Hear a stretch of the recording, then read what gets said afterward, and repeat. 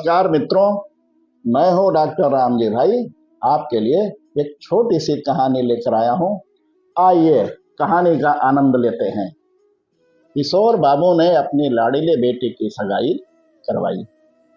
लड़का बड़े अच्छे घर से है, ये जानकर बहुत खुश हुए। लड़के और लड़के के माता पिता का स्वभाव बहुत अच्छा था, तो पिता के सर से एक बड़ा बोझ उतर गया। विवाह के कुछ दिन पहले लड़के वालों ने बड़े आग्रह पूर्वक लड़की के पिता किशोर बाबू को अपने घर खाने पर बुलाया। पिता की तबीयत बहुत ठीक नहीं रहती थी, फिर भी लड़के वाले को वो मना नहीं कर सके। घर आने पर लड़के वालों ने बड़े ही आदर पूर्वक उनका स्वागत सत्कार किया। फिर लड़की के पिता के लिए चाय बनकर आई। शुगर की वजह से लड़की के पिता को डॉक्टर ने चीनी वाली चाय से दूर रहने को बताया था, लेकिन लड़की के होने वाली ससुराल के घर में थे तो चुप रहकर चाय हाथ में ले ली। चाय की पहली चुस्की लेते ही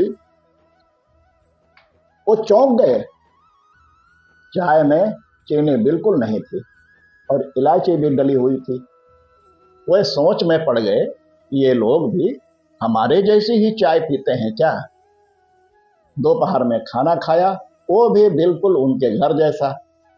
दोपहर में आराम करने के लिए तकिए, पतली चादर और उठते ही सौंफ का गुनगुना पानी पीने को दिया गया। वहां से विदा लेते समय उनसे नहीं रहा गया, तो वो पूछ बैठे, मुझे क्या खाना है, क्या पीना है, कैसे रहना है, मेरे सेहत के लिए क्या अच्छा है, ये परफेक्टली आप लोगों को कैसे पता है?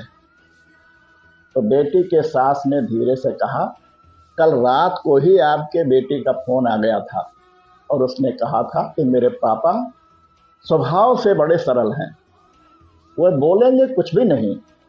प्लीज अगर हो सके तो उनका ध्यान रखिएगा। पिता की आंखों में वही पानी आ गया। लड़की के पिता जब अपने घर पहुंचे तो घर के हाल में लगी अपनी स्वर्गवासी मां के फोटो से हार उतार दिया।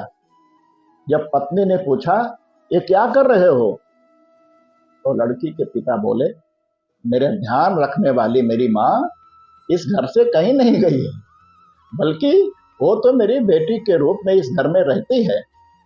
और फिर पिता की आंखों से आंसू छलक आए और वो फपक कर रो पड़े।